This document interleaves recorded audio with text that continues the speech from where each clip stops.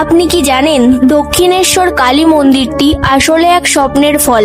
এমন এক স্বপ্ন যা পুরো কলকাতার ইতিহাস পাল্টে দিয়েছে।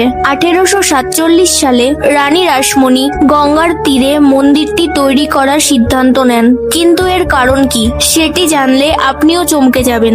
এক রাতে স্বয়ং মা কালী নিজে স্বপ্নে এসে রানী রাসমণিকে বলেছিলেন, গঙ্গার ধারে আমার একটি মন্দির তৈরি কর, আমি নিজে সেখানে বিরাজ করব। সবাই ভেবেছিল এটা কেবল স্বপ্ন একটা মাত্র, কিন্তু মন্দির তৈরি হওয়ার পর সব আশ্চর্য অলৌকিক ঘটনা ঘটা শুরু করলো। প্রতিদিন রাতে মায়ের মন্দির থেকে ভক্তির সুর আর গঙ্গার ধারে অদ্ভুত আলো দেখা যেত।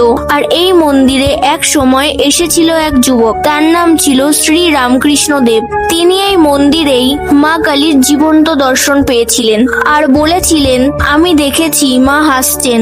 আজও ভক্তদের বিশ্বাস, দক্ষিণেশ্বর মন্দিরে দাঁড়ালে মা কালী কারো না কারো সঙ্গে নাকি কথা বলেন। যদি সত্যিই মা কালীর আশীর্বাদ পেতে চাও তাহলে কমেন্টে জয় মা তারা লিখতে ভুলবে না।